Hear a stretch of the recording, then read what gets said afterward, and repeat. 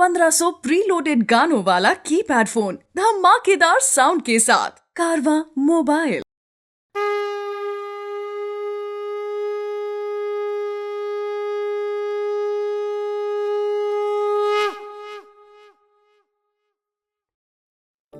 Hare Krishna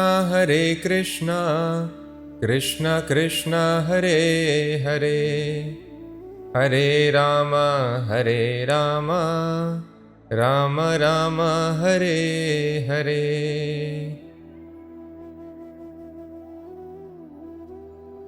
The science of civil engineering says that we will give you protection from the extreme weather, hot, humid rains, etc. The science of mechanical engineering says we will ease your miseries of transport and travel. Similarly, medical science says we will protect you from all the miseries inflicted by the diseases. But no science says that if you get this knowledge, apply this knowledge, you will be freed from all the miseries of existence. But this is that knowledge. That is why it is called Raj Vidya, the most confidential knowledge. So let us start without delay, chapter number 9 of the Bhagavad Gita, the most confidential knowledge. This session is dedicated to His Divine Grace, A.C. Bhaktivedanta Swami Prabhupada, our spiritual master, and the founder and acharya of worldwide Hare Krishna movement. Let us see verse number 1.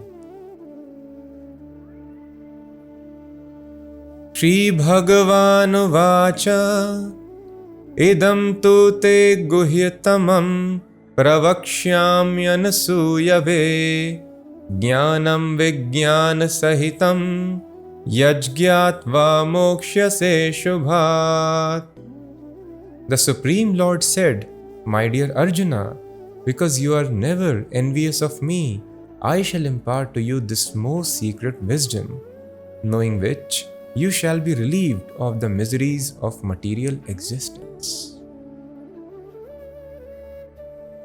So Krishna is telling, knowing this knowledge, which is realized knowledge, Jnanam Vijnana Sahitam, not just theory but realized, you will be freed from all the miseries of material existence. So important word which is used here is Anasuyave. Anasuyave means non-envious. This is the qualification of Arjuna. This Krishna has been mentioning over and over again. Bhakto asime sakha cheti, you are my devotee. So Arjuna is a devotee, friend of Krishna, and Arjuna is non-envious of Krishna. So this qualification is very difficult to have. Bhakti Yoga is easy and it gives one the highest platform. It is the topmost rung of devotional service. But usually people take to it in a very, very gradual, slow process. That is why we saw in the previous chapters, Krishna mentions, Manushyanam sahasreshu kaschit yatati siddhaye. So many people ask this question that Krishna is telling Sulabham tasyaham sulabhav partha nitya yuktasya yoginah. For a bhakti yogi who is always engaged in my service, I am very easily attainable. Bhavamina chirat partha maya veshit chetakam. He will not take a long time in this material world. Very quickly, I am the swift deliverer. Then why don't people take to this bhakti yoga? Why Krishna is telling Manushyanam sahasreshu kaschit yatati siddhaye? Out of thousands and thousands of men, one may endeavor for perfection. Out of thousands who have perfected their lives, one can know me in truth. No, it is very difficult because of this qualification, Anasuyave. Because hardly we find a person who is non-envious of Krishna. Everybody in this material world, we are all envious. We have so many problems in life. And you see, the origin of these problems is envy. Why we have to work so hard? What is the problem basically? We have some desires here. Those desires are not fulfilled. Things don't go according to our plan. And then we get stressed out. And what are our plans? To just show off to others, maintain status quo in society. That is why everybody is working so hard. And then you have loans, and then you are not able to pay the loans, and education, and then not proper success, showing off your wealth, showing off your marks, showing off whatever. So entire hard work, tremendous pressure is because I want to show off, compete with others. This competition has made life very troublesome, even for the children now. So why this competition is there in the society? Because we are envious. We cannot see anybody going and progressing more than us going forward. Either we want to pull them or we want to go ahead, work very hard. So if you love a person, will you compete with that person? Will a mother compete with the child for limited resources? There is only one bread available in the house and both are hungry. Mother will go hungry and will tell child, you please eat. No, I don't have any hunger. She would not compete. If there is any problem, there is any attack in the house, mother will not tell, no, you don't come to my room. You face the attack. These days we are not, one nation tells you don't come to us. It is your problem. You take care. It means there is no love. There is envy. Will mother tell a child, oh, you take care. There is attack in the house. No, mother will come forward, try to protect the child. So this is called love. When a person sees, let other person enjoy, let him or her advance more, and let me remain humbly satisfied in my position. Let me wear old clothes and let my children have very nice clothes. This is the attitude of parents or mother, because there is love. Of course, that love is also not pure. So there is so much of envy in the society. We tell there should be love and love humans, love animals and this thing. But then ultimately we see this society is based on envy. Only in society of envy there is competition. There is no competition between people when there is love. And why? What is the root cause of this envy? Envy of God. Because we are envious of God. We want to replace God. That is what we all are doing. We want to become stronger than the strongest, wiser than the wisest, if there is possibility, richer than the richest, the most beautiful, most handsome. We want to become the best, and the best position is of God. So we want to go to that position. That is why in spiritual life it is being told, Das Das Dasanudasa, servant of the servant of the servant of the servant. That is why we address each other as Prabhu. Prabhu means you are master, I am your servant. This is the attitude we cultivate in spiritual life. And people do not know it is this attitude of being servant that is the source of great bliss. And it is a great platform for spiritual advancement. So when we love God, then we love everybody, because we recognize everybody is part and parcel of Lord, and then there is no cause of envy and the person is very peaceful. He is not at all disturbed. And another envy is we understand that God has arranged everything. If I have broken some laws of nature, I have to be suffered. Nobody can escape if somebody has committed a crime. But if he wants to somehow escape the laws, then punishment will be more severe and more rigorous. Similarly, as per the actions we have done in previous life, Bhagavatam mentions, Yena yavan yatha dharmo dharma veha samihitaha. As per the dharma and adharma we have done in previous life, sa eva tatphalam bhungte, the result becomes fixed for the future lives. It's simple. Now I commit crime, in future I suffer. Same law applies here also. In this life and future life, our happiness and distress is the result of the karma that we perform. And because the aim, as we have been discussing in Bhagavad Gita, is to gain freedom from the miseries of birth and death, to go back to Godhead, God has designed this world in such a way that you cannot change it by mere hard work.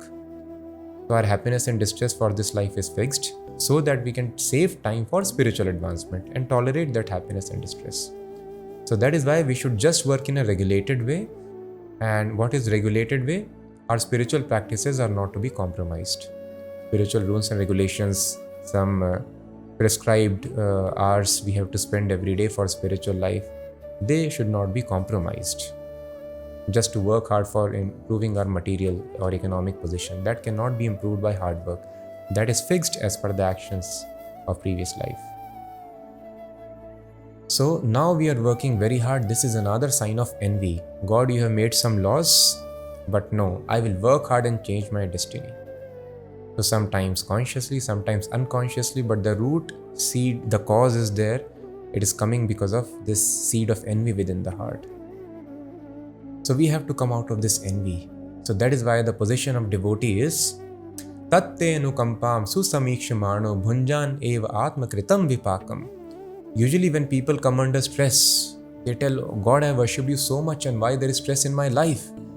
And either they are disturbed with God, disgusted with God, sometimes they become atheist also. God does not listen. Sometimes they change their religion, or let me go to God of another religion, not understanding the same person is addressed by different names in different religion, or sometimes they become atheist like that. So this is envy.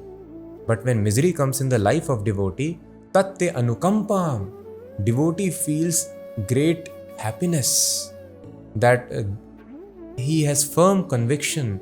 Not a blade of grass moves without sanction of the Supreme Personality of Godhead. So if anything is happening in my life, this is sanctioned by God. So parents will not sanction anything which is not for the betterment of the children. So if God has sanctioned misery for me, then that is good for myself. That we should understand. If the child is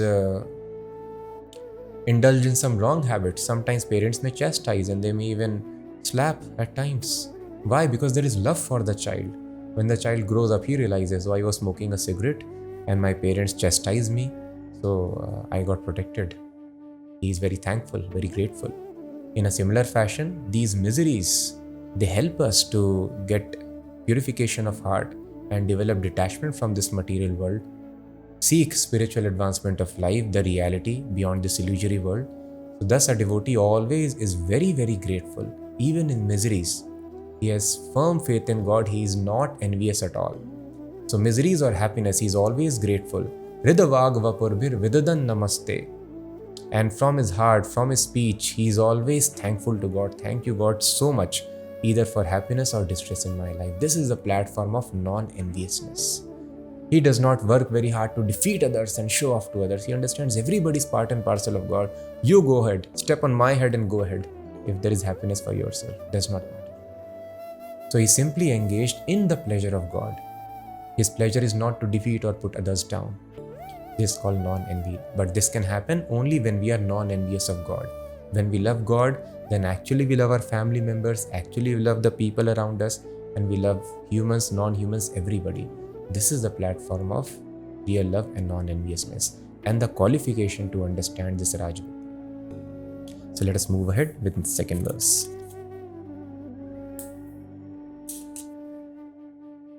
Rajvidya Rajguhyam Pavitram Idamuttamam Pratyakshaavagamam Dharmyam Susukham Kartum Avyayam.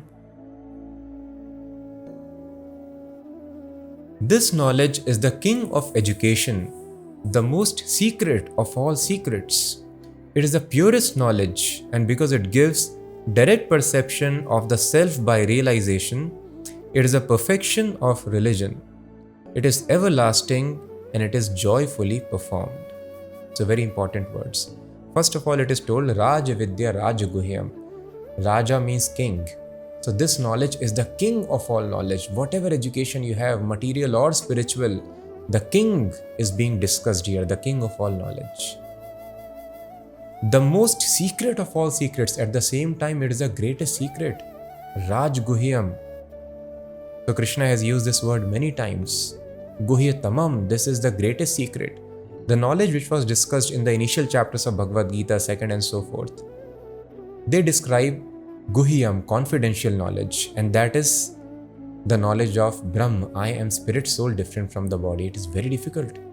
Just like a person in dream, it is confidential knowledge for him that all these miseries, no tiger is chasing you. You wake up. It all appears very real. Similarly, for us, all this life which is temporary appears to be real. I am man, woman, I am this body, I am dog, I am cat.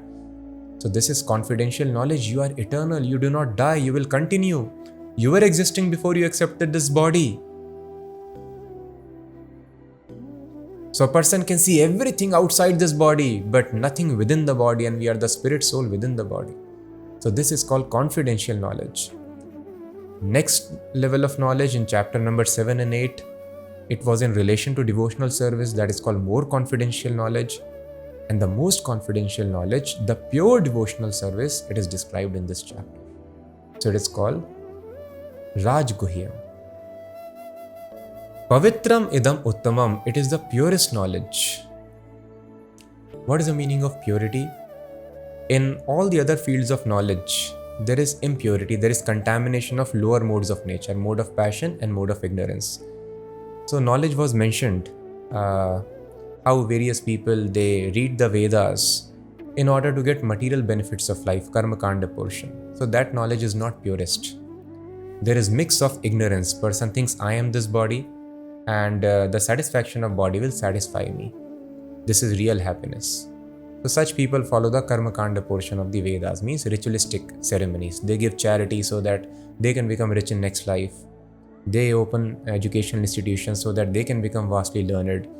Or they worship various demigods so that they can have material facilities in this life.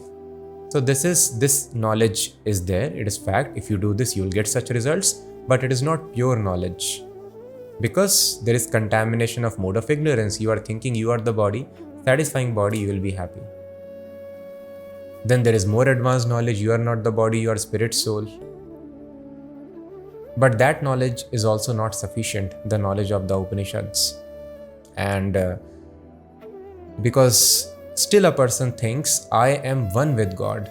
Although that one means just like the drop of water is same as the ocean, both are water.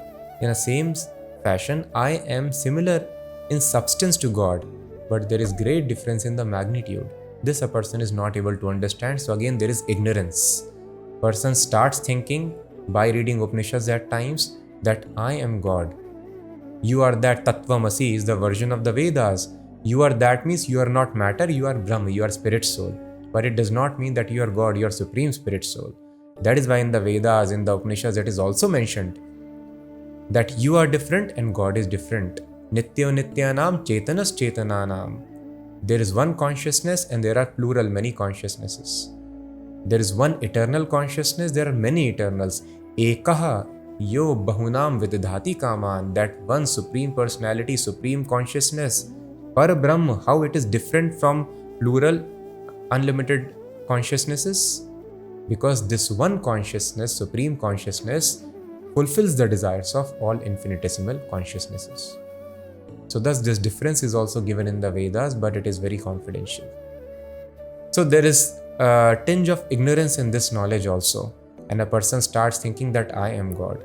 But this knowledge is purest. You understand you are spirit soul, different from body, and just knowing this is not sufficient. You have to know you are spirit soul. What is your actual designation? Now you are thinking you are man, woman, identifying with some name, but you have a real identity. You have a form. What is your real form? What is your real relationship with God? How to act in that relationship? This is called perfect knowledge, pure knowledge. It gives direct perception of the self by realization. In other process, there is no direct perception. But here, if you follow Krishna consciousness, then you can perceive God. One may not be able to see God unless one is completely purified. Just like fire cannot be seen at times, but one can feel the fire. Oh, heat is coming, there must be fire somewhere. So in a similar fashion, even though one may not be able to see God, but if we chant and hear Hare Krishna Mahamantra very nicely, or the subject matter of Bhagavatam very nicely, we will be able to perceive the presence of God. Just like a person is blind, he may not be able to see other people, but he can touch other people and perceive their presence. He may smell amazing fragrance of the flowers, and in this way one can perceive the presence of flowers even though one is blind. So one may not be able to see God, but one will be able to perceive the presence of God. That is a special prerogative of those who follow this Rajavidya. Pavitram idam uttamam pratyaksh avagamam dharmyam. So it is not that you have to remain in blind faith, you will be able to perceive, thus faith becomes very strong. And, so it offers perception of God, it offers perception of spirit soul, and it is the topmost knowledge, so it would be very, very difficult to perform. Just for gaining confidential knowledge, I am not the body, the sages have to do lot of tapasya, lot of yoga we saw. Shuchau deshe pratisthapya, you have to sit alone and go to jungle and do lot of fasting, stop your eating and sleeping. So this must be even more rigorous. But no, that is why it is mentioned here. Suzukham kartum avyayam, it is very, very pleasant to perform. susukham, very pleasant to perform. And thus we can see this process is so nice. So what we do as soon as we get up in the morning in this process of Krishna consciousness, our day starts with singing and dancing, chanting the names of God. And that is so pleasurable activity. Initially it may not be so pleasant, just like the person who is having fever. The best of the dishes may taste bitter. Jaundice patient finds sugar candy also bitter. But if he takes sugar candy, that is a medicine, he will find that it is very, very sweet. And even in the initial stages also, simply if we hear with rapt attention, we will never find it boring, it will be refreshing always. So as soon as we get up, we sing and dance. It is so joyful, singing and dancing, who does not like? And singing and dancing, if you get tired, then you take prasadam, very tasty dishes you offer to Krishna. And then you eat that prasadam, nice, tasty, palatable foodstuffs. And then you discuss, this is such wonderful philosophy, isn't it? That is why we are all listening now. It is a food for the intelligence, for the mind. It is susukham kartum avyayam. You get tired, then you can read. If you get tired reading, then you can sing and dance. You can go and preach. It is such a wonderful thing. Now, I am not a very great scholar. It does not matter. You can clean the floor of Krishna. I just know how to do menial services. You are very fond of cooking. Cook nice dishes for Krishna. I know the art of sewing. I am not very advanced in technology. It does not matter. You can just make nice dresses for Krishna. Oh, I'm great technologist, very nice, develop nice apps for spreading Krishna consciousness. I'm great manager, organize the distribution of literatures like Bhagavad Gita. So thus everybody can be engaged the way they want to be engaged. This is the beauty of this process, pure devotional service. So this is very easy to perform, and it is very, very pleasant to perform. Susukham kartum avyayam. It is a topmost knowledge, it is purest knowledge, it gives perception of spiritual life, practical realization can happen. The only qualification is anasuyave, we have to become non-envious.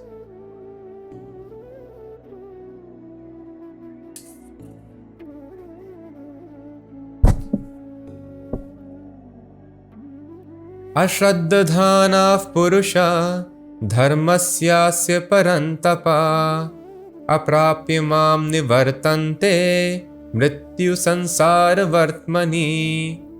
Those who are not faithful in the path of devotional service cannot attain me, O conqueror of foes, but return to birth and death in this material world. But some people who are not able to put faith in this process, ashraddhadhana purusha. So because you have not seen God and so many doubts can happen, that is natural. We are infinitesimal, atomic spirit soul. We want to understand infinite spirit. Just to understand the science of these bones, teeth within our mouth, you have to study 4-5 years. And then you become a dentist. And you study 6-7 years, you become ophthalmologist. And you have just knowledge of the small organ called eye, that is also very limited. And you want to understand knowledge about everything, who has the source of everything, the supreme creator. So one is bound to get confused. So those who get carried away by such confusion are not able to put faith on this process, then mrityu sansara vartmani.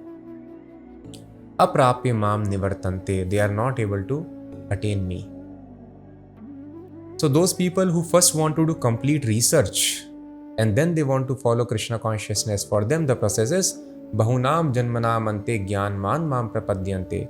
They want to first do discovery, and once they are fully convinced by doing this discovery by their senses, when they have understood, perfectly got convinced, yes, Krishna is Supreme Personality, He is Creator, He is the origin, He is in the heart of everybody, His energies are only spread everywhere.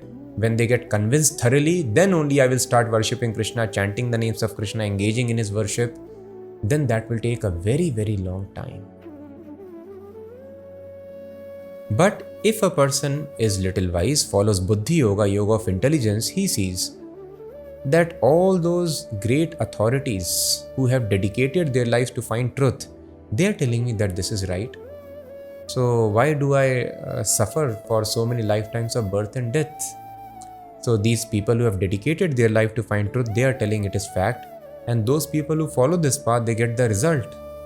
So, and there is no loss. What is the loss in chanting the names of God? What is the loss in reading, spending time, discovering the wonderful knowledge in these books? And what is the loss? Anyway, I have to eat food. If I keep in front of Krishna, I eat. What is the loss? So let me try, let me experiment. So those people who are able to follow in little good faith, then they advance. But those, no, I first want to discover everything, they take many, many lifetimes. So initially it is but natural that we will have doubts. We have doubts in any field of knowledge. But we should understand our faith is actually deceptive in this material world. The faith is also the result. We will discuss this science beautifully. It is mentioned in Bhagavad Gita in the coming chapters. How the faith is also the result of field of activity. For example, a moth, because of ignorance, is convinced, if I go approach closer to fire, I will be very happy. But the moth loses its life. This is called faith in ignorance.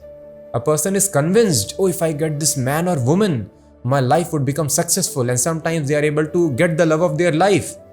But in a couple of days or months, they realize, actually, my love of life has become the distress of my life. Why this happens? We were convinced. Materialists are convinced, if I get money, I will be happy. Or if I get this position in society, I'll be happy, not noticing. Those people who have these positions, are they happy in their life? So this is called actually blind faith. Pashyanapi na pashyati. I am seeing those people who have acquired this are not happy. Where is the cause of possibility of my happiness in acquiring these things?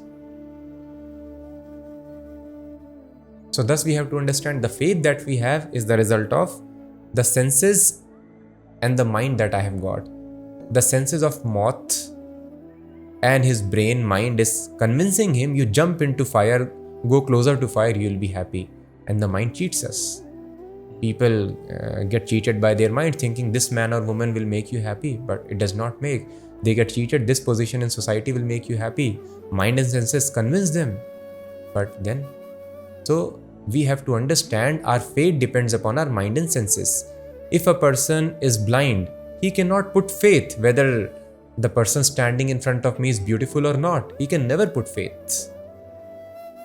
Because eyes don't allow to have faith. Similarly, a person who is sick, he cannot put faith, this dish is palatable or not, because the tongue gives only bitter taste whatever he eats. So our fate depends upon our senses and mind, our body. That is why we have to understand real faith on substance, on reality is acquired by people who are completely beyond the clutches of this body, who are liberated souls. That is why we have to see who is the liberated person and what are his convictions about life. We should try to follow that person, those liberated people. So we have to understand this point very carefully. So initial stages in spiritual life, because we are very small and this body is completely under control of material nature, we may get distracted and lose faith. But we have to understand what is the value of our faith. A child is having faith, if I play my entire life, I would be happy, does not realize the importance of education. The tribals were having faith, the sun is dying every evening and the new sun takes birth every morning. Does it make any sense?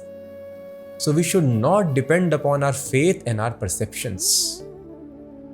Our faith simply depends upon the body. That is it not sensible? It is very sensible, common sense. So faith should be upon the knowledge given in the user manual, the Vedas, Vedic literatures.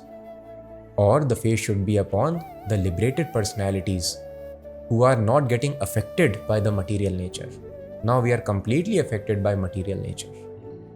That is why it is told in Updeshamrita, Vacho Vegam Manasa Krodha Vegam Jivva Vegam Udropastha Vegam. Any person who is able to control the urges of the body, we have urge to talk, we cannot be silent. Manasa Vegam, mind, there is urge to think of this thing, that thing. Lusty thoughts, angry thoughts, we cannot control. So Manasa Vegam, Krodha Vegam, Jivva Vegam, tongue wants to taste many things palatable. Even though I am diseased, I know this is wrong, I still end up eating that. Jivva Vegam. Udaropastha Vegam, the vega of belly, fill it more. And the vega of reproductive organs, very strong. So one who is able to control these vegas, one who is not affected by the forces of material nature, Sarvam apimam prithvim sa shishyat, such a person can make disciples all over the world. So one has to find a person who is free from the clutches, from the modes of material nature. But what is our education system? Become more and more controlled by material nature, more and more conditioned. Vedic education means remain satisfied in every situation, control your mind, control your senses, get free from the clutches of material energy. Now we are more dependent. Now I am creating more addictions in my life. I wanted 5 lakh rupees earlier. Now I cannot sustain without 20 lakhs. I cannot sustain without 1 crore or 100 crores. If I make 50 crore profit, I am under great stress. 50 crore is not satisfying. Is that liberation or conditioning?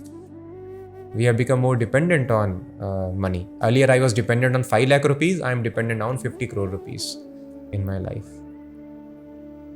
So now earlier I was satisfied, but now I have people, I cannot live without those people.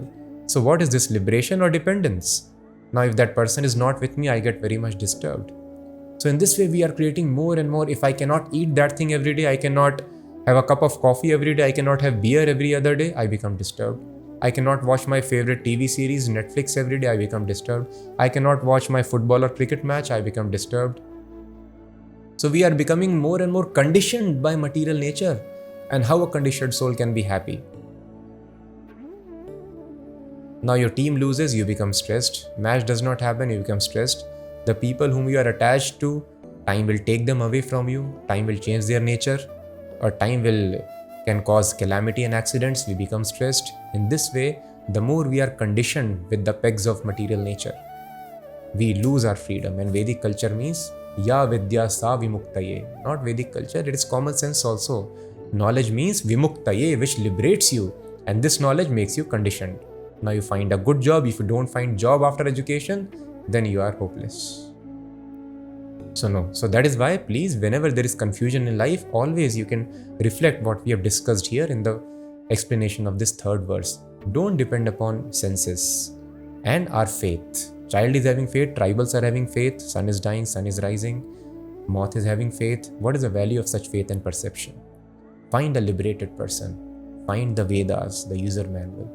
Try to understand this is authorized knowledge or not, and then try to follow. So this is the process of advancement. So those who are able to understand this thing, they make advancement.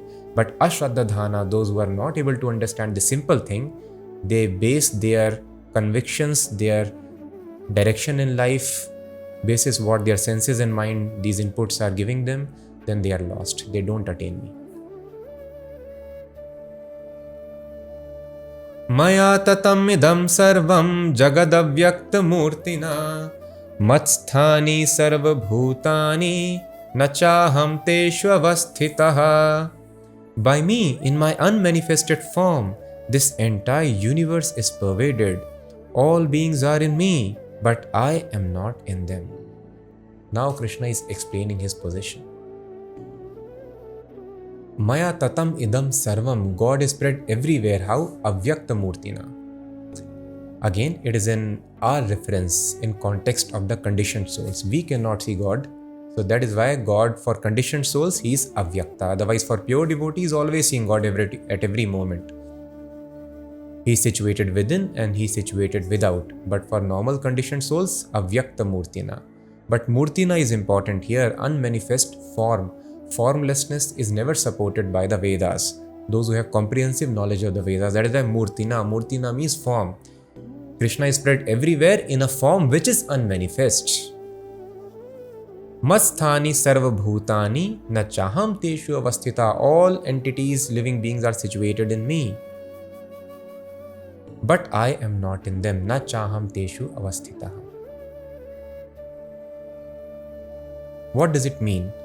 That all the living beings are in me, but I am not in them, because we understand that Krishna is present, Krishna has entered everywhere. Yes, Krishna has entered everywhere, but in his original form, he is situated in the spiritual world, in his original abode.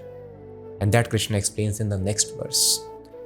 Nacha matsthani bhutani pashchime yogamaishwaram bhuta bhrinna cha bhutastho mamatma bhuta bhavanaha. And yet everything that is created does not rest in me.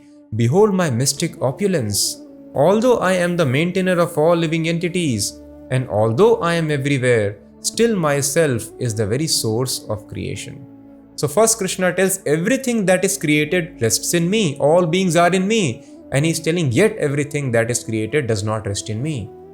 So this is contradictory. Everything is resting on Krishna, everything not resting on Krishna. So like this we find Arupayo, Ururupaya. Krishna has no form and then he's having many forms. These contradictions can be perfectly adjusted in the supreme, all-powerful, majestic personality of Godhead. That is why he is God. So what is the meaning of this contradiction? Everything is situated in Krishna and yet everything is not situated in Krishna. It means not personally everything is being sustained by Krishna.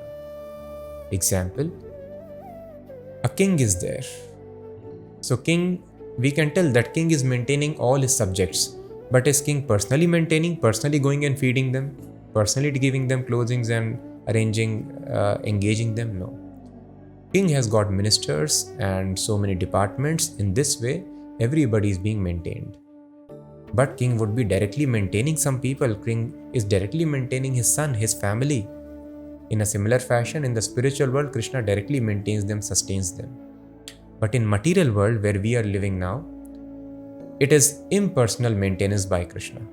Krishna is not directly sustaining, taking care of them. So in this way, every living entity, all the beings are situated in Krishna, just like everyone is being maintained by the king, and yet not everyone is being maintained by the king. So in material world, Krishna takes care impersonally. In spiritual world, Krishna takes care personally. So thus this thing completely rejects the impersonal conception of life. Krishna is telling everything is situated in me, but everything is not situated in me. So if Krishna was simply an energy which is spread everywhere, then everything would have been situated in Krishna, but this is not fact. So impersonalism is again defied here. That absolute truth is not only impersonal. Impersonalism, just like sun's energy is everywhere, in a similar fashion, Krishna's energy is everywhere. In this way, Krishna is spread everywhere, but personally, Krishna is present in his own spiritual abode. Yatha kasha sthito nityam vayus sarvatra go mahan tatha sarvani bhutani matsthani ti upadharaya. As the mighty wind blowing everywhere always rests in ethereal space, know that in the same manner all beings rest in me. So we think that the space is something vacuum or empty. Space is not empty. Space is a substance that is called Khe or Kham. Shabd Khe Paurusham Nrishu. Just like there is a screen, on the screen movie is projected. So when you're seeing the movie, you hardly notice the screen, but it's the screen which is the cause of all the visible forms that you see in the movie theater. In a similar fashion, the space, it's a real energy. But you don't see this energy, but it is the space, this energy, which is a cause of all the manifestations that we see around us. You can call it a three-dimensional screen. So just like the wind is sustained in space, everything is being sustained by Krishna. Sarva bhutani kaunteya prakritim yanti mamikam kalpakshay punastani kalpadau vistrajamyaham. O son of Kunti, at the end of the millennium, every material manifestation enters into my nature, and at the beginning of another millennium, by my potency, I again create. Prakritim swam avashthabhya visrajami punah punaha bhutagramam imam kritsnam avasham prakratir vashat. The whole cosmic order is under me. By my will it is manifested again and again, and by my will it is annihilated at the end. So Krishna is telling, do not think I am an ordinary person, your chariot driver or your friend. I am the person who is sustaining all the, not just planets, solar systems or galaxies, and not just the universes, but the entire material and spiritual existence. Everything is sustained by me. Arjuna is talking to that personality who has created so many universes. You can just imagine what is Krishna. From the microbial living entities to the greatest of the planets, galaxies and universes Krishna has created. And this person is standing in front of him. So thus Krishna is establishing his position before he explains devotional service unto him. Na chamam tani karmani nibadhanti dhananjaya udasina vadasinam asaktam teshu karmasu. O Dhananjaya, all this work cannot bind me. I am ever detached, seated as though neutral. So God has created this thing and this world has got suffering. So God is telling, no, I am neutral. I am neutral to everybody. Your sufferings are created by you. You break the laws of nature and thus you suffer. I am neutral. I have no interest in creating this place. But you wanted to have your interest separate from me. You wanted to become God rather than engage in my loving service. So I have created this world. And it is not that I am also the creator under the direction of some supreme person beyond me. No, I am completely free. Thus I am not bound by any karma. I have created the laws of karma. So Krishna is telling here, Na chamam tani karmani nibadnanti. I am not bound by any work, any laws of karma. I have created laws of karma. I am completely free in all my actions. Mayadhyakshena prakritihi suyate sacharacharam hetunanena kaunteya jagad viparivartate. This material nature is working under my direction, O son of Kunti, and it is producing all moving and unmoving beings. By its rule, this manifestation is created and annihilated again and again.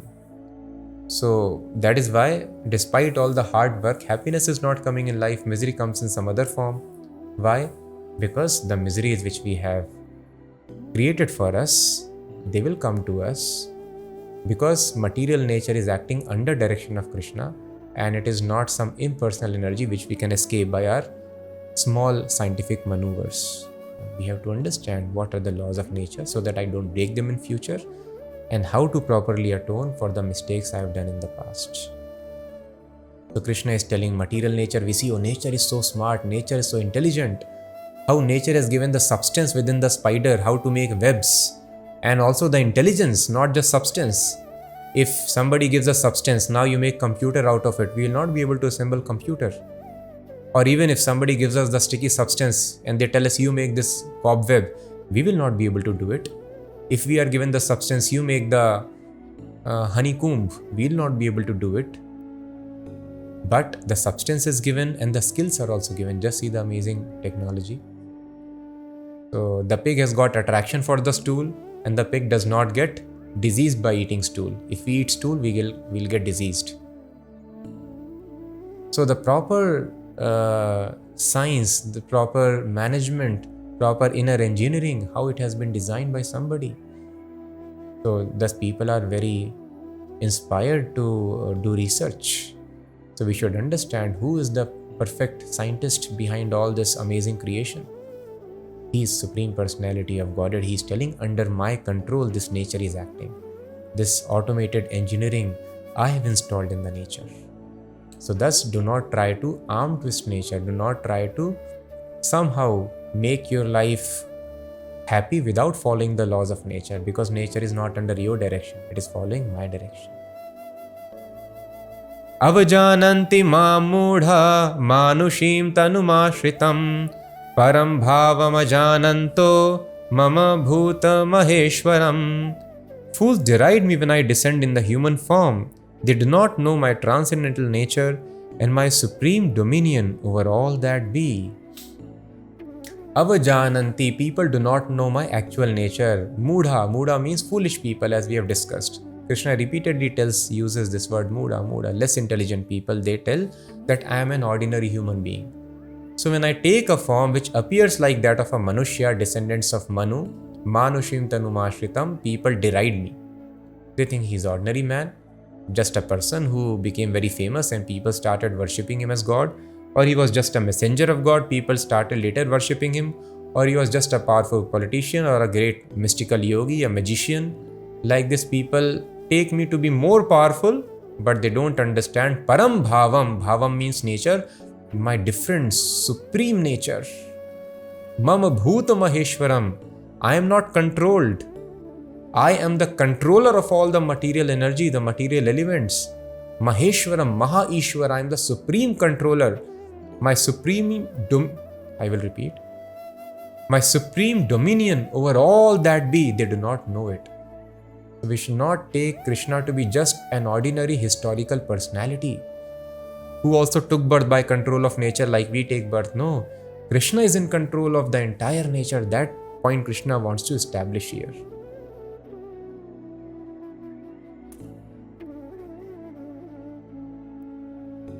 Moghasha mogha karmano mogha jnana vichetasaha rakshasi masuram chaiva prakritim mohinim shritaha. Those who are thus bewildered are attracted by demoniac and atheistic views. In that deluded condition, their hopes for liberation, their fruitive activities, and their culture of knowledge are all defeated. Mahatmanastu mam partha daivim prakritim ashritaah bhajantyananya manaso gyatva bhutadim avyayam. O son of Pritha, those who are not deluded, the great souls, are under the protection of the divine nature. They are fully engaged in devotional service because they know me as the Supreme Personality of Godhead, original and inexhaustible.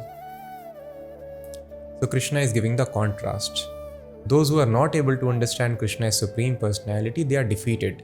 You may become powerful yogi, you may become very rich, very intelligent, you may become impersonally liberated also.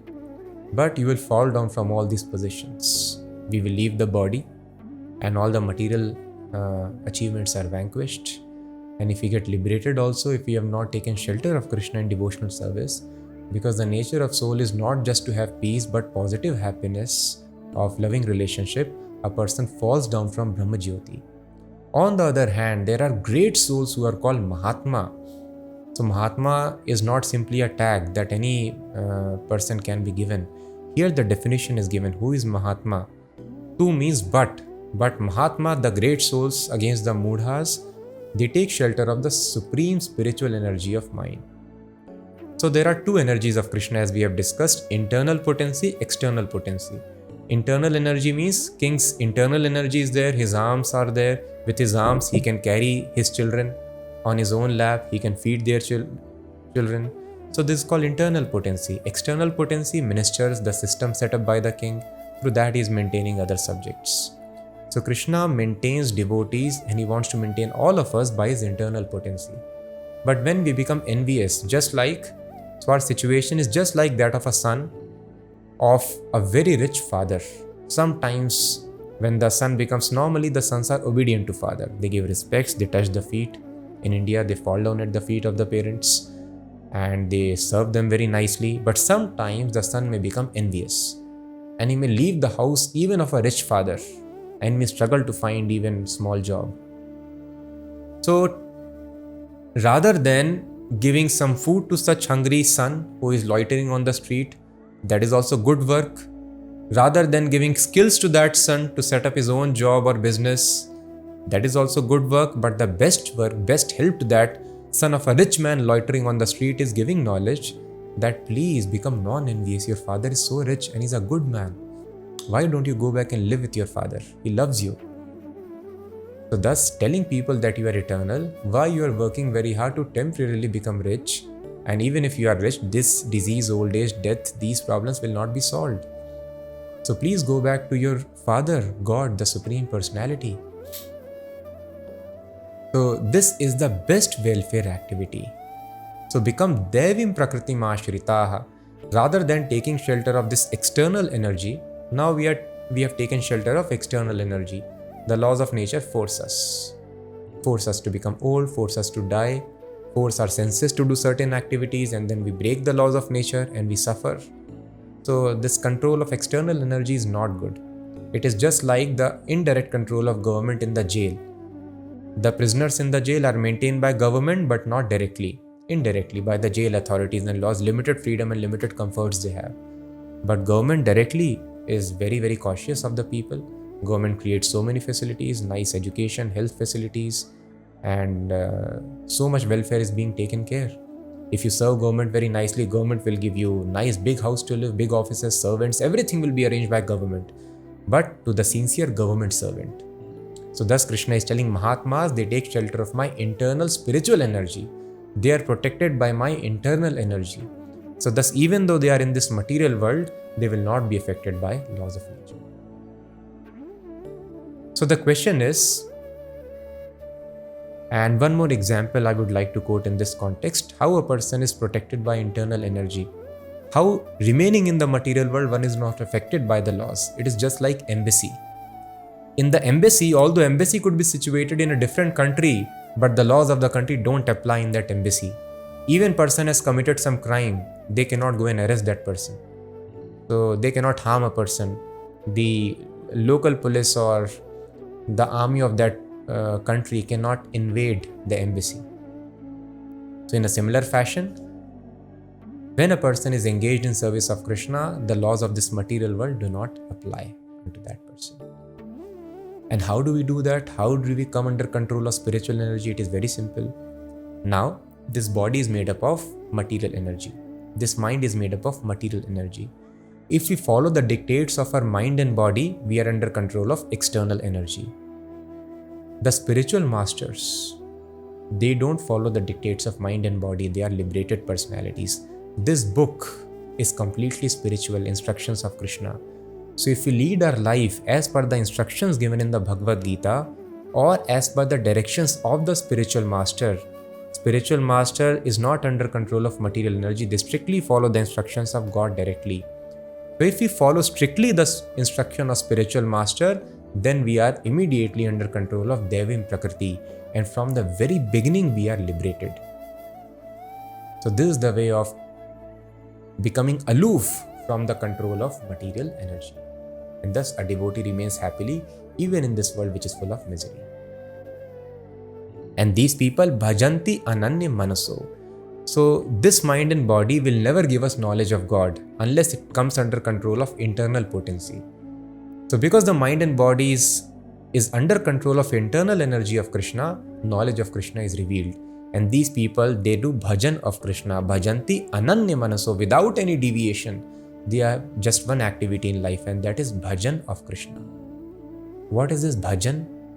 Bhajan means, bhaj dhatu means to render service. Bhakti has come from bhaj dhatu. So what is the meaning? The definition is very nicely given. Sarvopadhi vinirmuktam tatparatvena nirmalam rishikena rishikesha sevanam bhaktir uchyate. So normally we think bhakti means we have to leave everything and maybe sit in a temple and do something. No. Arjuna did bhakti by shooting arrows for Krishna. Rishikena rishikesha sevanam sarvopadhi vinirmuktam. Understanding I am not the body, I am spirit soul. So my body belongs to Krishna. So let us use my body and skills for Krishna. This is called bhakti. If your body has got skills and orientation to fight, you fight for Krishna. It has got orientation to do research, you do research on Krishna. It has got orientation just for cleaning the floor, clean floor for Krishna. Business skills, do business for Krishna. That is called bhakti. You are a student, take education for Krishna. So that is, bhakti is very simple. Whatever we are doing, if we understand that my body and mind belong to Krishna, so I should use them for Krishna, that is called bhakti. So such Mahatmas, what is the symptom? Bhajanti ananya manaso. They are engaged in Krishna bhajan. And bhajan of course begins with chanting and hearing the names of Krishna. Unless a person hears very nicely with rapt attention, other activities will not sustain. So hearing is most important in the subject matter of bhajan. And thus because they are engaged in bhajan, gyatva bhutadim avyayam. They understand me, I am inexhaustible, I am the source of all the other living entities. So we cannot understand Krishna from these material senses. They are designed to perceive matter.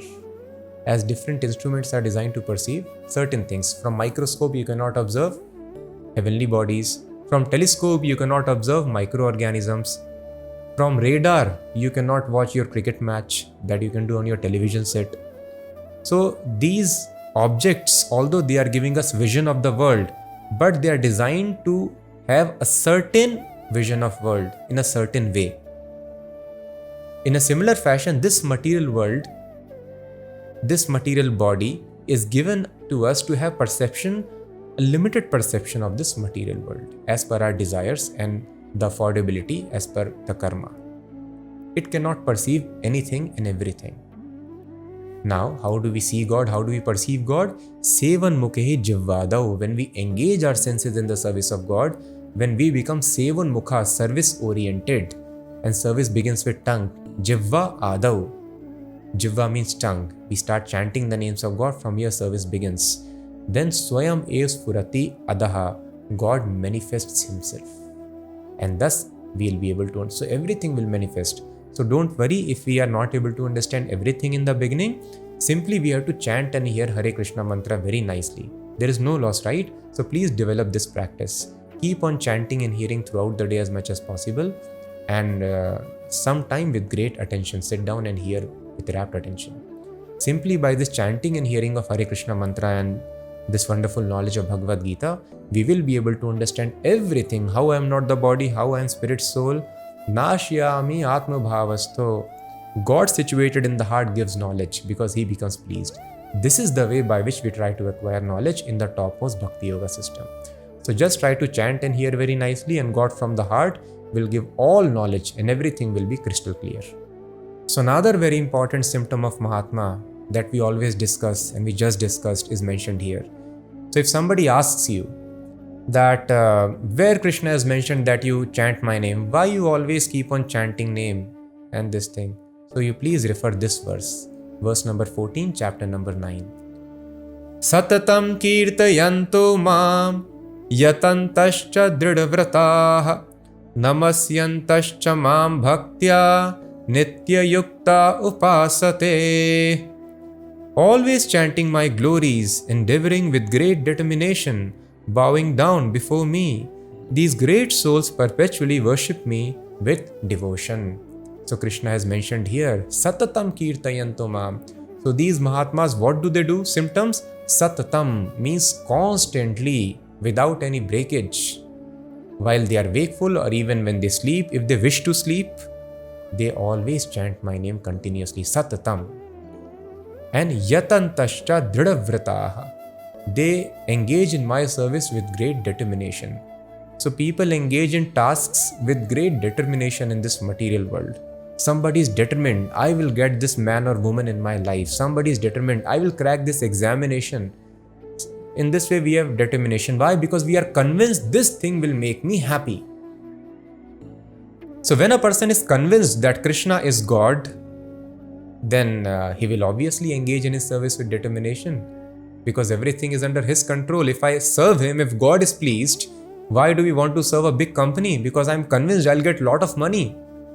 This company is rich, big. So if I get convinced about Krishna, whatever Krishna has described here, all the planets, the entire world, Krishna is maintaining. He is avyayam, he is inexhaustible. The laws of nature are prakritim.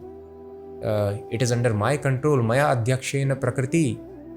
Then such a person will obviously surrender to Krishna. But this conviction is not easy to develop. That is why only Mahatmas, great souls, are able to do this. So for this, we have to engage in service of Krishna, as we discussed. Satatam kirtayanto mam sevan mukhe jivvadau. When we are kirtan, constantly we are doing kirtan, we do this practice, Krishna becomes pleased. He purifies our senses, removes the material contamination, and then we are able to perceive, see God and understand everything about science of God. And when we understand, then obviously we'll engage. We want to serve people. Why am I serving some rich man of this world? Let me serve the richest Krishna, the most powerful Krishna. So because such people have no doubts about Krishna, they engage in Krishna's service with determination. So two things we have to do. Purify this body by engaging in Krishna's service, constantly chanting his name, and don't contaminate your body by breaking the 4 regulative principles: meat eating, intoxication, gambling, and illicit sex. So take the medicine and don't take the food which is harmful. These two things, if you are cautious of, body will become purified. And with pure spiritualized body, The body will look like the same, but it will be purified. Just like the water, after purification looks the same, but it is purified. In a similar fashion, this body becomes purified of Rajoguna and Tamoguna, then we can understand very clearly everything. Namasyantascha mam bhaktya nitya yukta upasate. Again, the word is used, bhaktya. So the Mahatmas are bhaktas, are devotees. The Jnanis, the Ashtangi yogis, the Karmis, Krishna has not recognized them as great souls, Mahatma. They are on the path. But Mahatma means only a bhaktya. How many times Krishna has used? Bhajanti annanya manaso. He does bhajan without any deviation. Again, bhaktya, in great devotion, he offers me respects. And nitya yukta upasate, he is always engaged in my service, my worship. Upasate means worship. So here Krishna has mentioned the position of mudhas. They think Krishna, they are ordinary. He is ordinary, I repeat. So Krishna has mentioned here the situation of mudhas who take Krishna to be an ordinary person, then position of Mahatmas, and then Krishna is giving the gradation now. Those people who are not Mahatmas but they are on the path, what is their situation?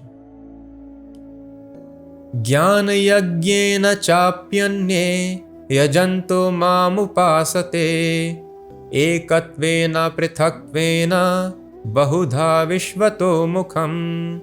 Others who are engaged in the cultivation of knowledge worship the Supreme Lord as one without a second, diverse in many and in the universal form. So those people who follow the process of Gyan, path of knowledge, they are not Mahatmas. They have to reach the platform of Supreme Gyan, Bhakti. So Gyan Yagyena Chapi Anye. Others who are not Mahatmas, they follow me by Gyan Yagya. And these Gyanis, they worship Krishna not in a suitable way, but in three kinds of worship. They are also worshipping me only, Krishna is telling. Yajanto mam upasate. They worship me, but in different features. Not in the supreme feature, the two-handed Shyam Sundar form, but ekatvena prithaktvena bahuda vishvato mukham. So as we understood that Krishna is Satchidananda, pure spirit, and we are also pure spirit, but they misunderstand that I am same supreme spirit. So they start thinking that I am God and they worship themselves. That is called ahangrahopasana. But at least they understand I am not the body, so they are also advanced. If they advance further, this misconception may be removed, and then they understand what kind of God I am. I have toothache, I cannot cure my toothache itself, and I have to rush to a dentist. Why am I thinking I am God? So many planets are there, can I control the motion of those planets? Then they realize I am not God actually. I am God's substance, but not in magnitude. So some people who think I am that supreme personality. So just like the nature is creating various hallucinations, I am man, I am woman. This is a last snare of Maya. The material nature makes you believe that you are God. Yes, that is why we should never depend upon our perceptions. They will cheat us. So this perception is created by Maya. You start feeling I am God. I am the universal consciousness. This is called ekatvena. Then prithaktvena. Another class of jnanis, they think God has got so many forms. Any form can be imagined. So you can worship either Ganpati, or you can worship Shiva, you can worship Durga, you can worship Surya. These different forms are there. And these are all imaginary forms. Any form, prithaktvena, means so many separate, so many different plural forms are there. So this is also one class. And third class is Bahuda Vishvato Mukham, who do not have any conception beyond the material manifestation. As we discussed, Adi Daivam. This universe also is body of Krishna, because Krishna has entered in this universe has taken certain form. And they worship this universe as a supreme organism, and we are part and parcel of this supreme organism. This is called Bahuda Vishvato Mukham. They are also impersonalists. But because they understand there is a conception of God, they are also advanced than the gross materialists. Aham kratur aham yagyaha swadhaham aham aushadham mantroham aham evajyam aham agnir aham hutam. But it is I who am the ritual, I the sacrifice, I the offering to the ancestors, the healing herb, the transcendental chant. I am the butter and the fire and the offering. So some people who do yagyas, dravya yagya, offer the material ingredients into the fire. Krishna is telling, I am everything. I am that fire, the consuming agent. I am the offering. I am the offer. I am everything. Because everything is manifestation of my energy. Pitaham asya jagato mata dhata pitamaha vedyam pavitram omkara riksam yajurevacha.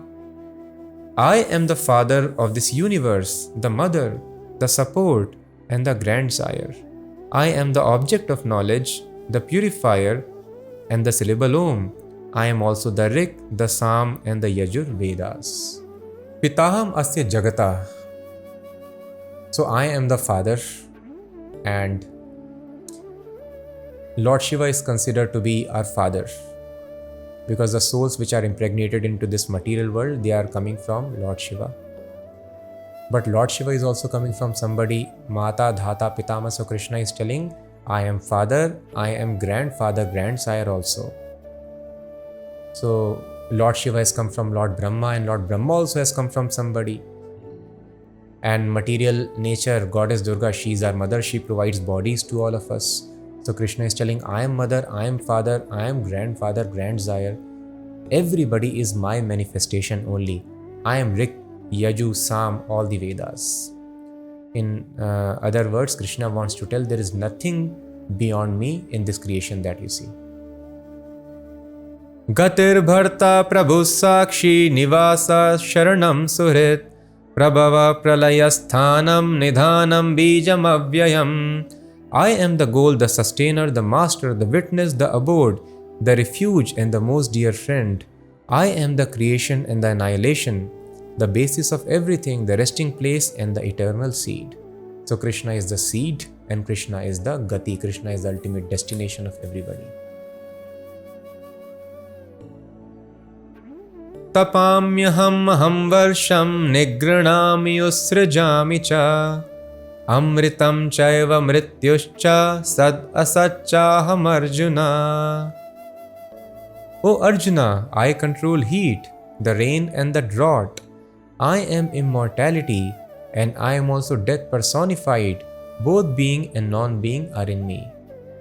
So this global warming is not by chance. You break the laws of nature, it will happen. Krishna is the controlling of heat.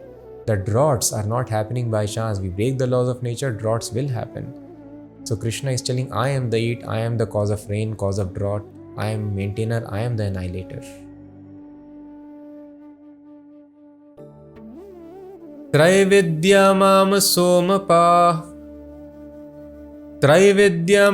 somapah puta papa yagyairištva svargatim prarthayante te punyamasadya surendra lokam ashnanti divyan divideva bhogan. Those who study the Vedas and drink the Soma juice, seeking the heavenly planets, worship me indirectly. They take birth on the planet of Indra, where they enjoy godly delights. So those who are not on the path of knowledge, they don't want liberation, they just want elevation to heavenly planets. They try to create Somras, they do Sompan. Now Somras is misunderstood, the drink of the demigods, that they are also drunkards, they drink liquor. No, it is not tamasic intoxication. By the influence of intoxicants like liquor, we commit so many crimes. But drinking Somaras frees us from the sinful reactions, and that is mentioned here. That these people, they take birth on the planet of Indra, where they enjoy godly delights. So unless a person is purified of the lower mode, they cannot have attainment of heavenly planets, where sattvic nature predominates. So by drinking this Soma juice, Put Papa, person becomes free from the pap. So reverse thing is happening. By drinking liquor, you commit sinful activities, and here Put Papa, you become free from the sinful reactions. You have more Sattvaguna in your body, thus you go to Urdhvagachanti Sattvastha, to heavenly planets. Tetam bhuktva swarga lokam vishalam Shine punye martya lokam vishanti Evam trai dharmam anuprapanna gatagatam kama labhante. When they have thus enjoyed heavenly sense pleasure, they return to this mortal planet again. Thus, through the Vedic principles, they achieve only flickering happiness. So Krishna is telling this is not right course of action. Indirectly, you are worshipping me because the Devatas are my part and parcels. But even if you attain to those Devatas, their planets, where living comforts are much more, Shine Punye, when the Punya is finished, then you come back. Of course, unless you cultivate, Krishna consciousness is transcendental. On heavenly planet also, if you become Krishna conscious, you can advance further and become liberated.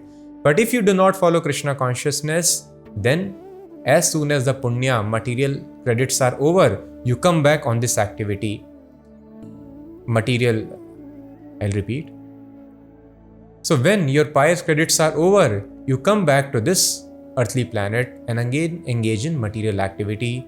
Again you commit punya, you go to heavenly planets, and if you do papa, then you go to hellish planets.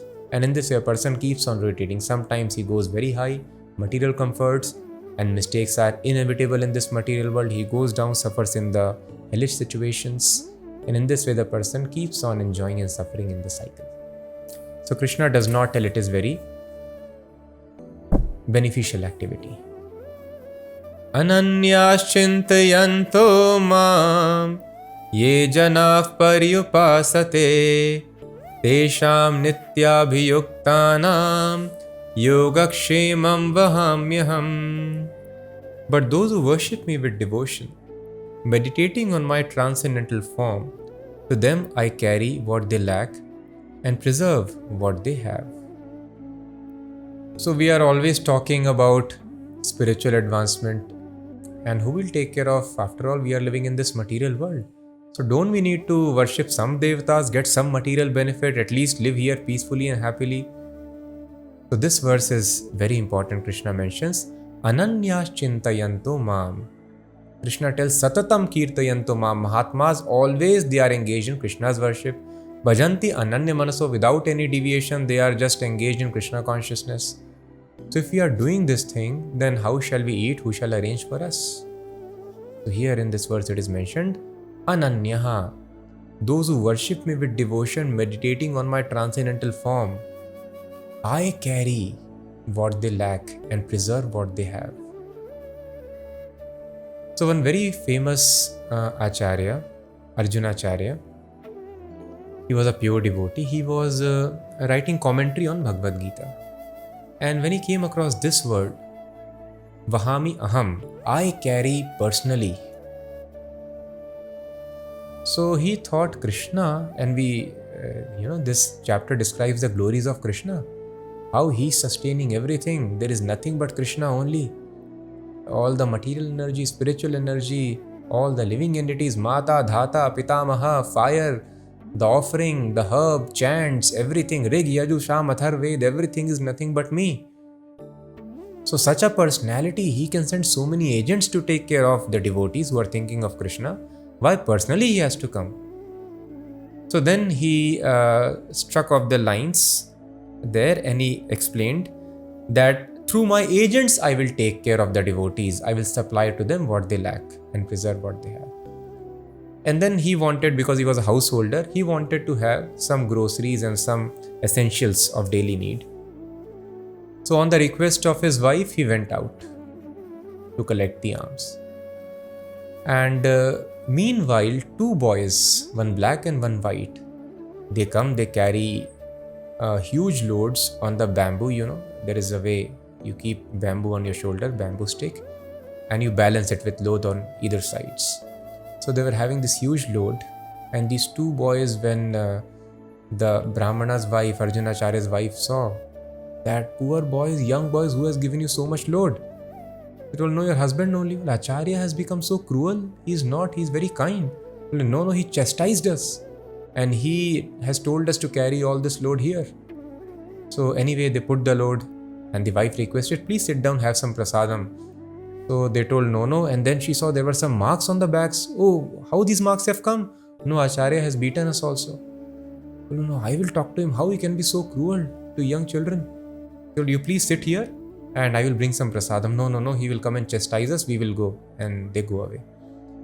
And when Arjuna Acharya returns, and then the wife talks, how Acharya, you have become so cruel.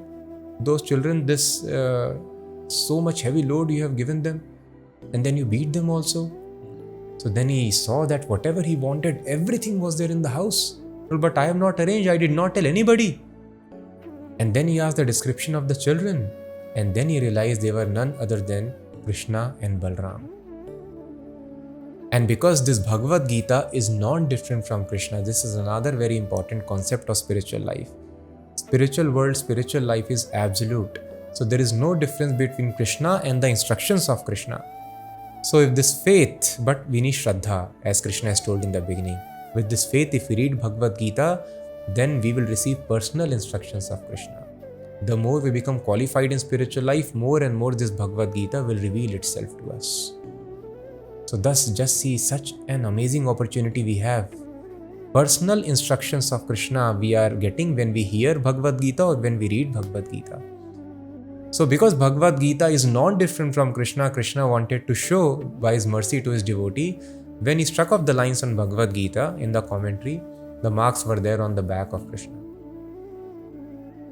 So thus we should, with great faith, love. These are the practical historical incidents. Now, of course, some of you may believe, some may not, but you do some research work, we'll find many such instances are there. They keep on happening. So, Yogakshemam Vahamyaham, Krishna is telling.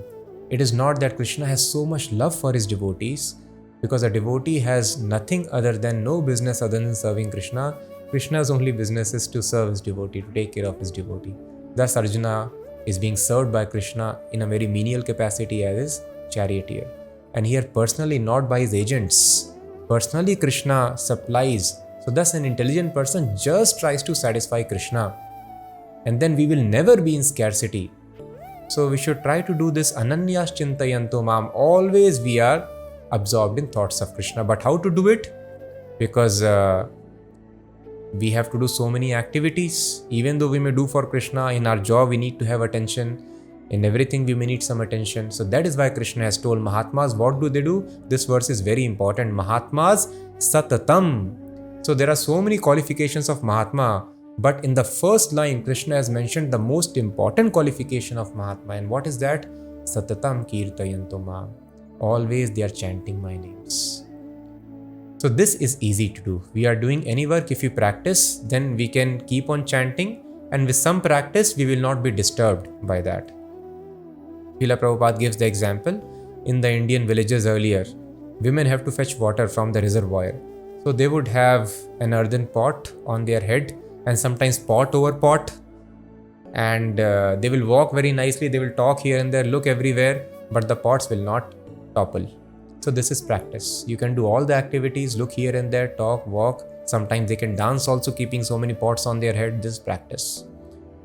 So if we chant and hear always, then we will not be disturbed in our activities. We can continue whatever work we are doing. At the same time, we can keep on hearing the sound vibration. And in this way, Satatam Kirtayanto Mam will develop into Ananyas Chintayanto Mam. We will always be thinking of Krishna. We will never be without Krishna thought.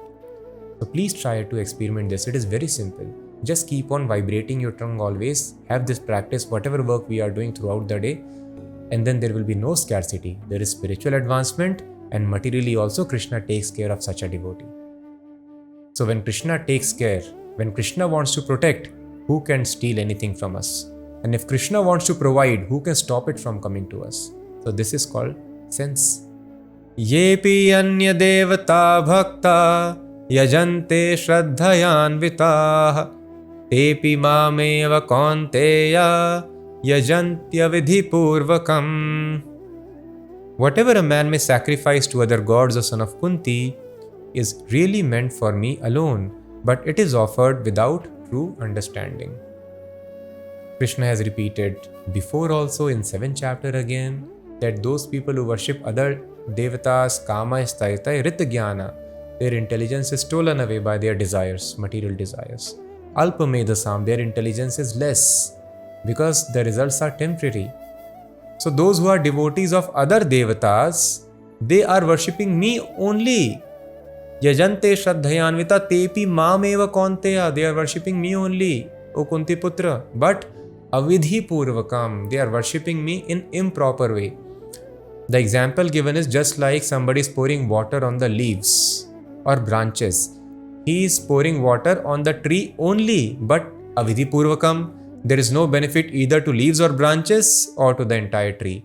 But if you water the roots, entire tree, leaves, branches would be nourished. So this is the way of worshipping Krishna, directly chanting his name, engaging in service, then Devtas are satisfied. If you worship Devtas directly it is mentioned, people don't read, just see the verses, direct verses of Bhagavad Gita. Where is a question of mal or different interpretation? Anya Devta Bhakta Avidhi Purvakam. It is Avidhi, improper way. You are putting water there on the leaves and branches. It doesn't serve the purpose. Aham hi sarva yajnanam bhokta cha prabhureva cha natumam abhijananti tatvena taschyavanti te. I am the enjoyer and the only object of sacrifice. Those who do not recognize my true transcendental nature fall down. So Krishna has been mentioning Karmanye vadikaraste ma phaleshu katachana. You have right to do your duty, but you don't have right on the results. Why? Yagyarthat karmano anyatra loko yam karma bandhana. The works are meant to be done for sacrifice. The result should be sacrificed. Otherwise, karma bandhana, you'll get entangled in the laws of nature, repeated birth and death. Material bodies your karma will produce. And Krishna told, you sacrifice, durena hi avaram karma. Don't do this fruitive activity, enjoy the results. Sacrifice the results of your work. For whom it has to be sacrificed? Here Krishna is again telling, aham sarva yajnanam bhokta. Bhokta ram yajna tapasam, Krishna mentioned previously also. Now he is telling again that I am the master of sacrifice, I am bhokta, I am the enjoyer of sacrifice. So all the sacrifices should be done for me only, for my pleasure. And those who do not understand this, Krishna is ultimate enjoyer of sacrifice, they fall down from their positions. Yanti devavrata devan pitrin yanti pitravrataha bhutani yanti bhutejya yanti madhyajinopi mam. Those who worship the demigods will take birth among the demigods. Those who worship ghosts and spirits will take birth among such beings. Those who worship ancestors go to the ancestors, and those who worship me will live with me. Some people tell you worship anybody, you will get the same result. Krishna has denied that previously. Here again, Krishna is again reaffirming the same statement. Yanti devarata devan pitran yanti. If you worship devatas, you go to respective planets. You worship pitrilokas, ancestors, you go to the planet where they are living. You worship ghostly spirits, then you go to become riksha, yaksha, a ghost. And if you worship me, then you come to me. So Devtas have their planet, the ghosts also live in some planet, ancestors live on planets. Similarly, I have my spiritual planet. If you worship me, you will come to me. If you come to me, here everything is completely spiritual, no influence of time. So thus different results are attained by worshipping different personalities, different manifestations of Krishna in this material world.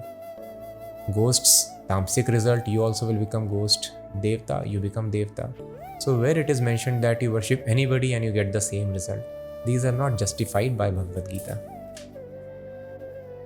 Now one may ask, one has to sacrifice for Krishna, then what kind of sacrifice do I perform?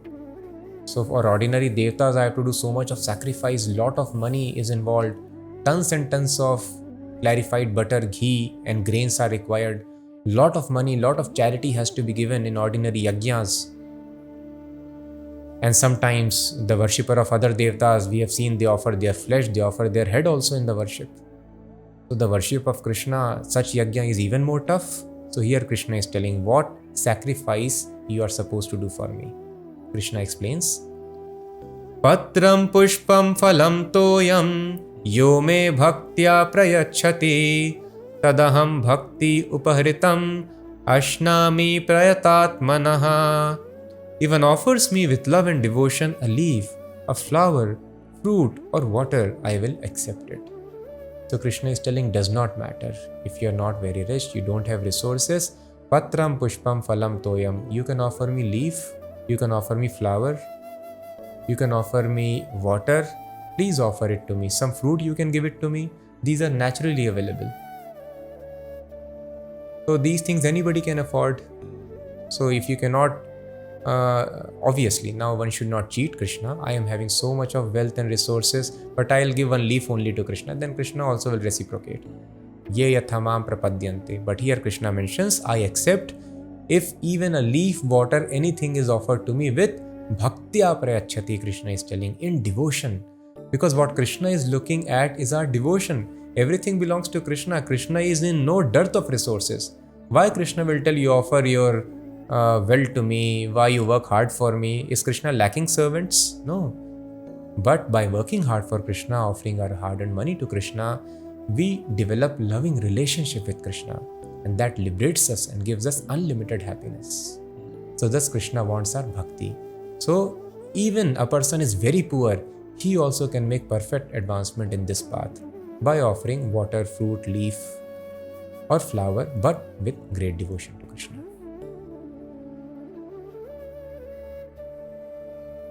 Yat karoshi yadashnasi yajjuhoshi dadasi yat tapasyasi kaunteya tat kurushva madarpanam.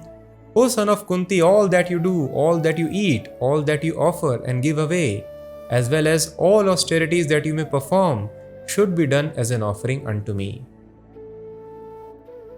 So now I cannot offer even patram pushpam phalam toyam, does not matter. Krishna is telling you do not have these things, then you are engaged in some activity. Yat karoshi, you please do that activity for me, any activity that you are doing.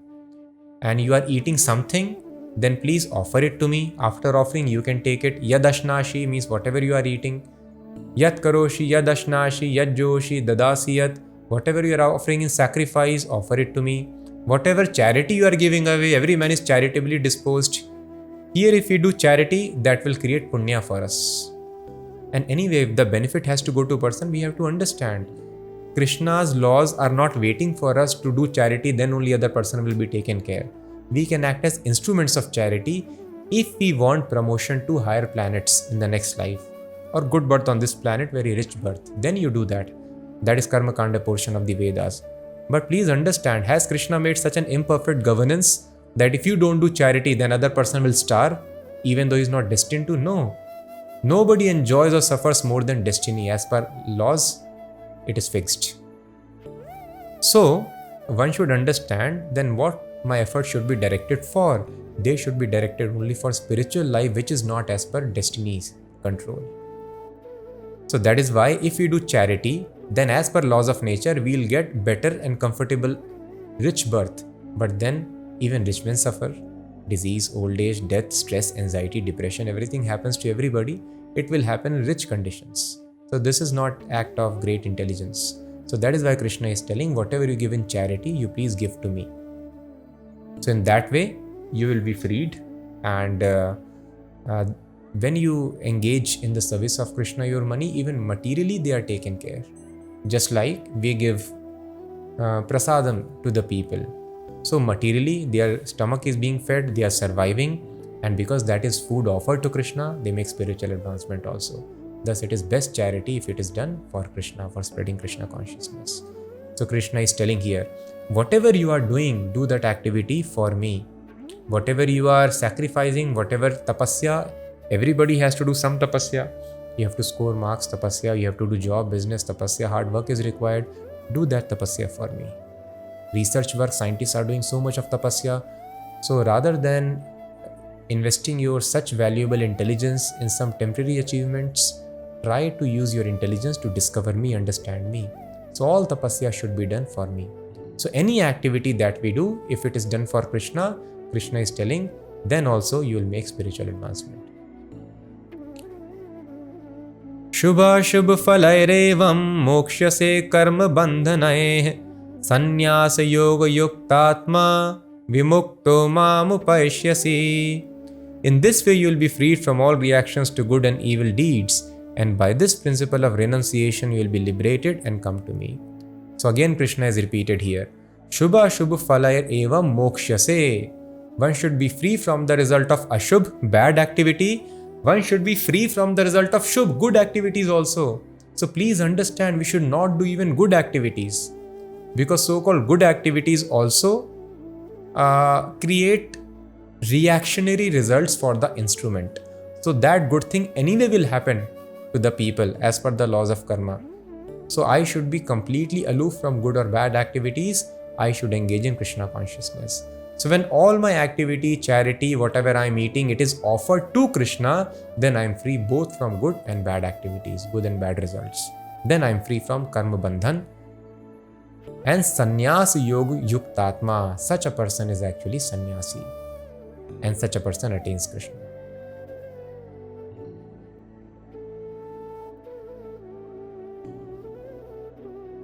Samoham sarvabhuteshu न मे द्वेष्यो अस्ति न प्रियः ये भजन्ति तु मां भक्त्या मयि ते तेषु चाप्यहम्. I envy no one, nor am I partial to anyone. I am equal to all. But whoever renders service unto me in devotion is a friend, is in me, and I am also a friend to him.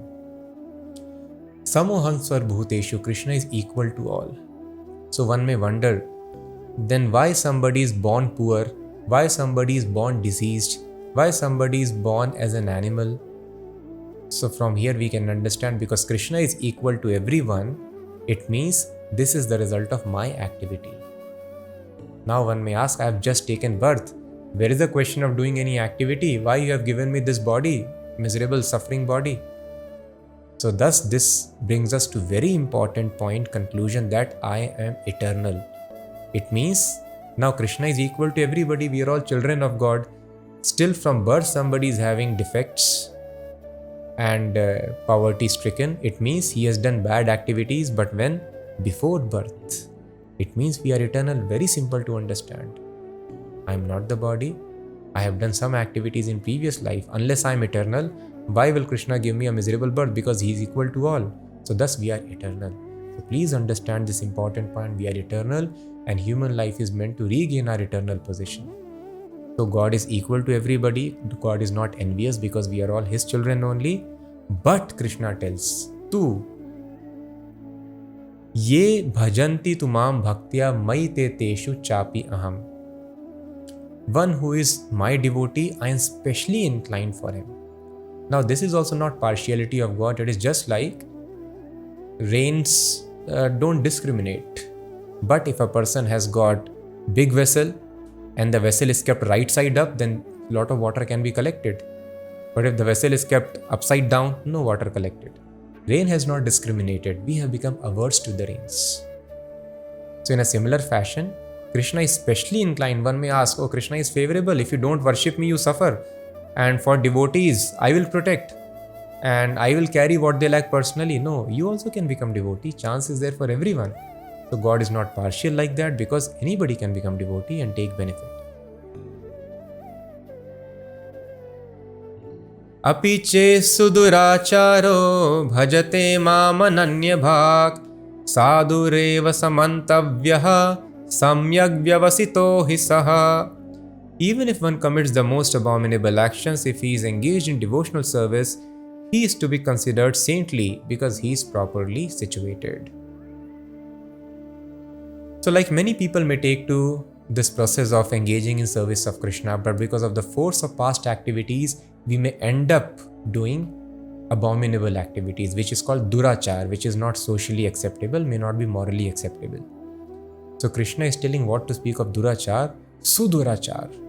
Person might be committing abominable, very bad actions, but not willingly, because habits we cannot.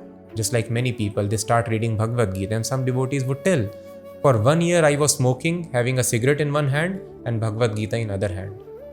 And now he is fantastic devotee. So many devotees he has made. So because the habits are not easy, proper knowledge takes time to manifest in the heart, body takes time to purify, so it does not matter. Important is that the person is engaged. Child should not be criticized, you are foolish, as long as child is studying in school. If child is not studying, then you criticize. But if somebody is studying, one should not be criticized. It takes time, just a matter of time. Let him or her go to classes, and in some course of time, they will be enlightened citizens. In a similar fashion, bhajate mam ananya bhat.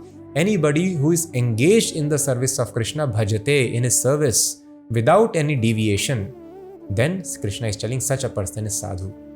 But sometimes he does bad activities, so maybe he is not 100% sadhu. No, Krishna is telling 100% sadhu. You don't criticize. All these activities will stop, as Krishna tells in the next verse. Kshipram bhavati dharmatma shashvat shantim nigacchati kaunteya pratijanihi name bhaktav pranashyati. He quickly becomes righteous and attains lasting peace. O son of Kunti, declare it boldly that my devotee never perishes. So Krishna is telling those who are not devotee, moghasha mogha karmano, all the results, they may be very sober, very gentle, all good habit and good manners, but after death they may become animals. Everything is lost. But name bhakta pranashyati, my devotee never perishes. Because he is in touch with me in my devotional service, he will become very, very purified very soon. Dharmatma, very soon he will become Dharmatma and attain lasting peace. As long as we break these laws of nature, even though we are engaged in service of Krishna, we will be disturbed. But if we stick to the service, so that is why more important is the service of Krishna. Don't worry much about bad habits. They will get corrected. Keep on trying. Some fall downs, failures will be there. Please don't get discouraged by that. If we follow under proper guidance, very soon our mind body will be purified and we'll attain lasting peace.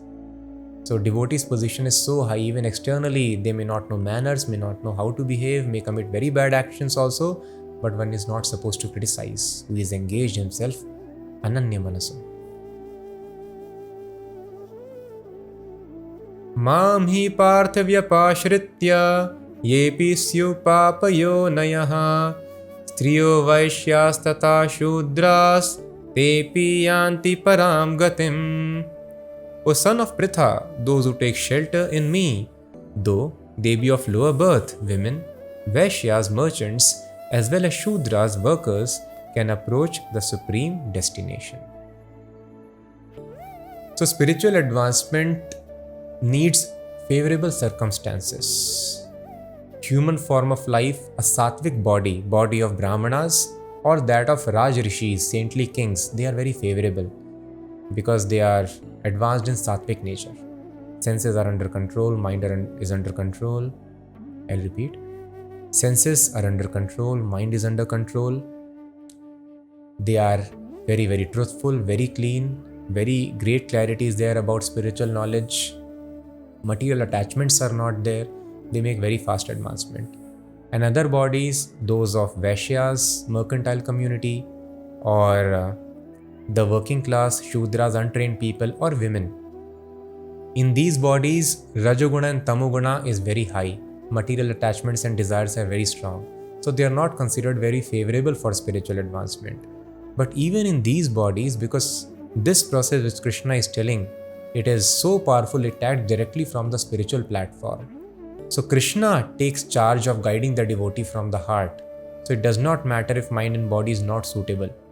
So he is telling here, Ye pisyu papiyoneya. So when we do sinful activities, we get such bodies which are high in Rajoguna and Tamoguna. So even in such bodies, such a birth is also not a disqualification for those Mam hi parth vyapashritya, those who have taken specifically shelter of mind. So anybody who takes shelter of Krishna, all the bodily and mental limitations are surpassed immediately. So thus it is a great news. There is no limitation. Our spiritual destiny is in our hands. Material destiny, happiness, distress is fixed. But spiritual destiny is in our hands. There is no disqualification if we surrender to Krishna. Follow the advice of our loving Father, the Supreme Person. Kim punar brahmanav punya bhakta rajarshayas tatha anityam asukham lokam imam prapya bhajasva mam.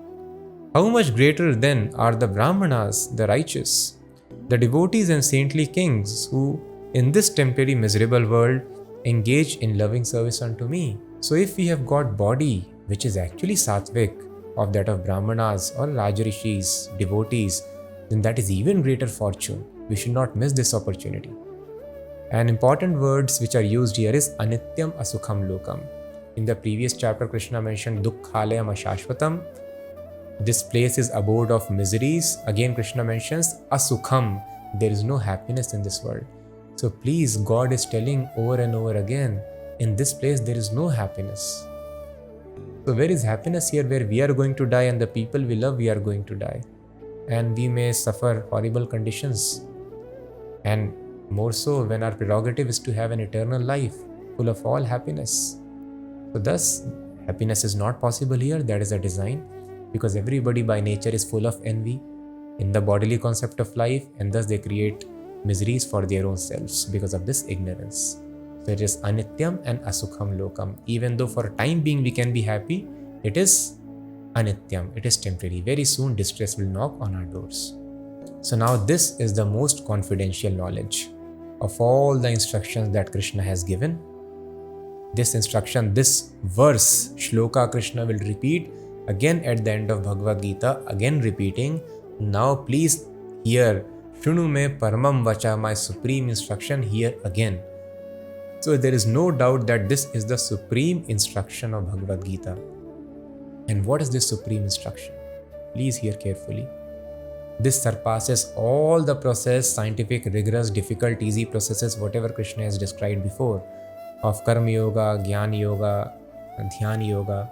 This process surpasses, and this is Manmana bhava madbhakto madhyaji mam namaskuru mame vaishyasi yuktvaivam atmanam matparayanaha. Engage your mind always in thinking of me, offer obeisances and worship me. Being completely absorbed in me, surely you will come to me. So we don't belong to this place. In a dream world, a person is lost like this. We have got lost here in this material world. We need to go back to the spiritual world, to Krishna. Krishna is telling repeatedly, Mam upetya tu kaunteya punarjanmana vidyate. Come to me. Once you come, you will not come here again. Those who think of me, they come to me. Mad yajno yanti mamapi. Yanti, come to me. Upetya, attain me. Come to me. Tad dhamam paramam mama. That is my abode. So Krishna is repeatedly calling, this is not your place, this is asukham lokam, come to me, come to me. And how shall we go to Krishna? Our consciousness will be tested at the time of death. It is very simple process. So for that, mana, always we have to think of Krishna. So we are very fond of planning our life, and planning has to be done. It is important. But which is the criteria? Most important criteria in our planning is we should never forget Krishna. That is why it is told, Tyaja durjan samsargam bhaj sadhu samagamam. Chanakya Pandit has told, leave the association of durjan, those who are not devotees, and bhaj sadhu samagamam, always remain the association of sadhus, who always talk about Krishna. So, living with devotees is very important, who always remind us of Krishna. Living in a holy place or around the temple is very important, so that we are reminded again of Krishna. We should eat such food which reminds us of Krishna. We should read such literatures which remind us of Krishna. So in this way, our entire life should be planned so that mana, we are able to absorb ourselves in the thought of Krishna. And what kind of thinking? We are thinking of our boss also many times. As soon as we get up in the morning, we check our mails, what mails boss has sent. And then we are thinking, oh, boss will ask this report and that thing. Not that kind of thinking, official thinking. That is why Krishna has told, Bhava mad bhakto, we have to become devotee. In great love, we have to think of Krishna. So to increase the love, we have to do bhakti. Bhakti means rendering service. So earlier the system was in Vedic culture, there were arranged marriages. So girl and boy were not knowing each other. The horoscopes were calculated, they were matched. And this is the right way, not getting carried away by the infatuation again. Your mind and body will tell this is the right person for me. It doesn't turn out to be like that. So the horoscopes predict you have got this nature, these qualities you are manifesting or will manifest in future, and your life partner should have matching qualities. Then you will be compatible. So in this way, marriages were taking place and they were having stable marriages. Now you test your partner very nicely, rightly, but there is so much separation and divorce is happening. So when there is no love and they would marry each other, how love will develop? They will start serving. So by service, love develops automatically. So this development of love is required for devotional thinking. For that, bhav mat bhakto, engage in my service. So always think of me and become my devotee, mad yaji, and worship me. Respect has to be there in bhakti, worship has to be there. And mam namaskuru, offer your respects unto me. So these simple things we have to do. Man mana, think of Krishna. Just these 4 things if we do, then our life is perfect. Krishna is telling here, mam eva. Eva means definitely or certainly, without any doubt. Mam evaishyasi yuktva eva maatmana mat parayanaha. You will come to me without any doubt if you follow this process. Man mana, always think of Krishna. In this thinking we discussed how it is possible, as the Vedas are telling, Agni Puran is telling, Brahmanda Puran is telling, Brihanardiya Puran is telling, and we saw here in this chapter itself, verse number 14, Shrimad Bhagwatam is telling, Vedanta Sutra is telling, Anavritti Shabdat, liberation happens by sound, so Shabda. Sevan Mukhe Jivva Dav we discussed, Padma Puran, Jivva Dav Jivva, it begins from tongue. So everywhere chanting the holy names of God is glorified. Nama Sankirtanam Vishnu, Sarva Papa Pranashanam, Pranama Dukkha Shamanas, all the miseries will be resolved. God will reveal himself, we'll be able to perceive God, perceive the presence of God simply by chanting. So Satatam, this is the first condition of Mahatma which Krishna has told in this confidential knowledge in this chapter. So thus I request, please always develop this practice. Keep some reminders, keep some alarms so that throughout the day, as people get up in the office, they cannot work without tea, coffee or smoking. You also get up in your office in between every half an hour, 40 minutes, go chant for 5 minutes, come back. In this way, somehow train yourself that constantly throughout the day you keep on chanting. Then you can be doing your work and you will be hearing Krishna's name also with some practice. And then yourself you will realize how peaceful you have become. And then if you can also sacrifice your hard-earned money for Krishna, as Krishna told, Tat Kurusha Madarpanam, you see how much peace you have. Practically you can experience. So it is very scientific process Krishna is telling. Jnana Vijnana Sahitam Pratyaksh Avagamam Dharmyam. Practically you will see how my life is so peaceful. How? I will repeat. Practically we will see how our life is so peaceful and blissful. How I am making spiritual advancement and I am able to perceive the presence of Krishna. All the concepts will be understood. Just man mana. Always keep on chanting Krishna's name so that we can think of Krishna. And don't do sinful activities. If you do sinful activities, we become forgetful of Krishna. And to come to this platform of always chanting, always thinking of Krishna, we have to engage in service of Krishna, offer respects to Krishna, offer obeisances to Krishna, worship Krishna. Simply by this thing, respect, worship, thinking, devotion, our life is successful. So this is the most confidential instruction. Simply if we perform this thing, then we are happy in this life. There will be no material scarcity, there is peace, and the doors of unlimited spiritual bliss are opened. With this we end the 9th chapter, the most confidential knowledge. Now next chapter, Krishna is describing further his opulences, so don't miss. Very soon we'll meet again to discuss chapter 10th, opulence of the absolute. Meanwhile, keep on chanting constantly, incessantly. Thank you so much for hearing. Hare Krishna.